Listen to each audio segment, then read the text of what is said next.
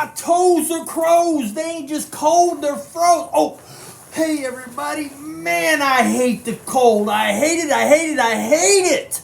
Oh, hi guys. It's me, Mr. John, with our midweek review. Is that a word you guys use very often, the word hate? Like, I really hate the cold. I'm a summer guy. I like summer. I'm a baseball dude. I know football's a cool sport, but man, it gets cold during football season. But baseball, it's always nice and warm. And you go outside and you get to have fun. And then usually you get like a popsicle or an ice cream or something after a baseball game. How do you like to have a cold drink or a cold ice cream when it's really cold outside? And then now your insides are cold and not a fan at all of the cold. But guys, the word hate is a word I really try not to use. Now I know I use it here. I wanted to show you an example. Like, some people hate broccoli. Do you like your vegetables? I'm a big vegetable guy. Guess what I don't like? I don't like fruit very much. I'm not a big, like, watermelon, cantaloupe, melon type things. I really do not like them. I mean, they just don't taste good to me. So I usually try not to eat them, but I try not to say like, oh, I hate watermelon. It's just nasty, but you know. And it's a funny thing that in the Bible, the only thing that God asks us to hate is sin. There's a great story in the Bible that Jesus is telling to all his disciples. And Jesus is sitting there and he tells his disciples that we are to love our enemies. And when I say that, how many of you guys go, what? Love your enemies? No way, Jose, not gonna do it. I ain't gonna love the person who picks on me, the person who puts me down, the person that may have hit me or said bad things about me. I'm not gonna love that person. I'm not. But listen to what else God says, or Jesus says to his disciples. He says, listen, if this person is to come up and slap you on one side of the face, you are to take and give him your other side. Now, he's not saying that you need to get, if a guy hits you, like pop, he's not saying that maybe you shouldn't run or go tell somebody. He's not saying that. He's saying, what he's saying here is, instead of throwing fists or fighting back, that maybe you should, it's easier to give up your own face, because you are loving that person enough not to physically hurt them, or even saying something foul out of your mouth, calling them a name or something like that. He's just saying, hey, turn your other cheek. Now, I don't want you to go in and get into an argument with somebody and then just let them barrage you. Hey, if somebody is bullying you, I want you to tell a teacher. I want you to tell an adult. You need to do that. That is turning the other cheek in a way. It is not allowing the person to continue to do that, because most bullies, if they are bullying you, they are probably bullying somebody else. And we want this action to stop, right?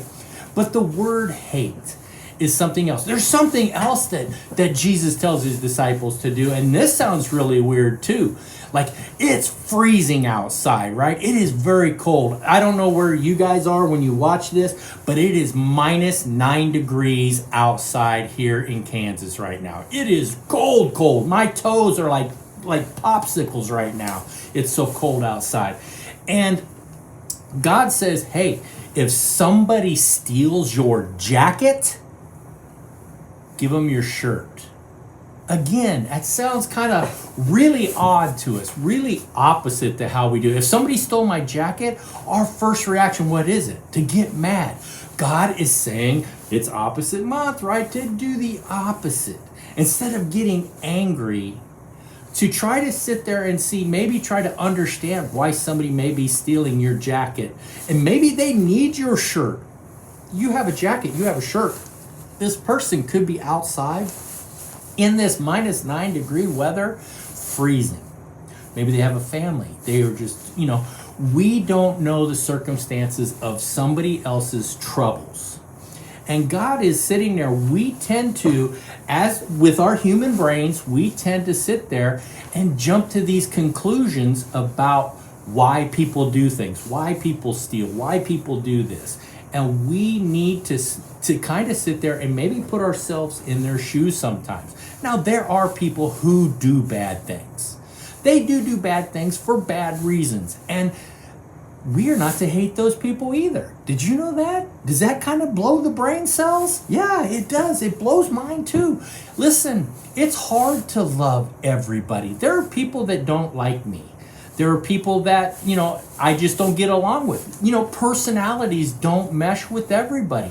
I'm a very loud, obnoxious kind of guy sometimes, especially when I'm around kids. I kind of can get, very loud with them. Kids kind of like that. They love it.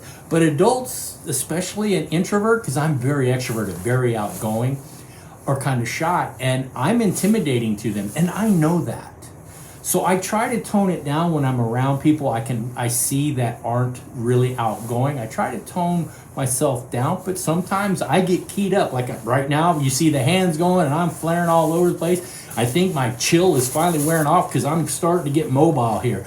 But listen, if I truly, even though a person I don't understand or don't get along with, our personalities may clash, listen, I am to love them.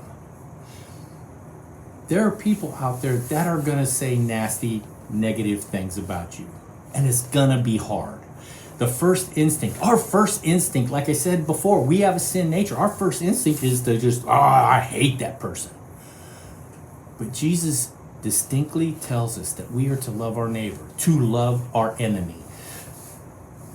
What do we do in that situation when somebody is, like I said before, the bully?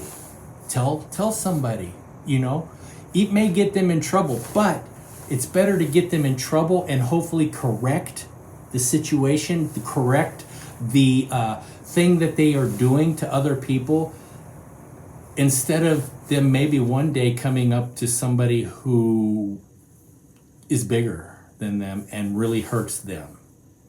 We don't want anybody to get hurt. So telling on them, hey, I know another thing we can do for that person. Hey, pray for them to change. Listen, there's nothing wrong with that. Saying, listen, this person's been bullying me. God, please, I want to pray for this person that they kind of can see your way of doing things, to live a life according to you and not be so mean and bully. God, I love this person. I love them. Not going to be around them because they bully me, but I still love them because it's your creation. So guys, we are to love everybody. And I know that's mind-blowing. Hey, listen, I came in, I was saying I hate the cold. But listen, I don't really hate the cold. I like making snowballs. I like throwing snowballs. Listen, I've hit a few people with snowballs before. It's fun. Hey, but I didn't do it out of maliciousness or meanness. I did it because we were in a snowball fight.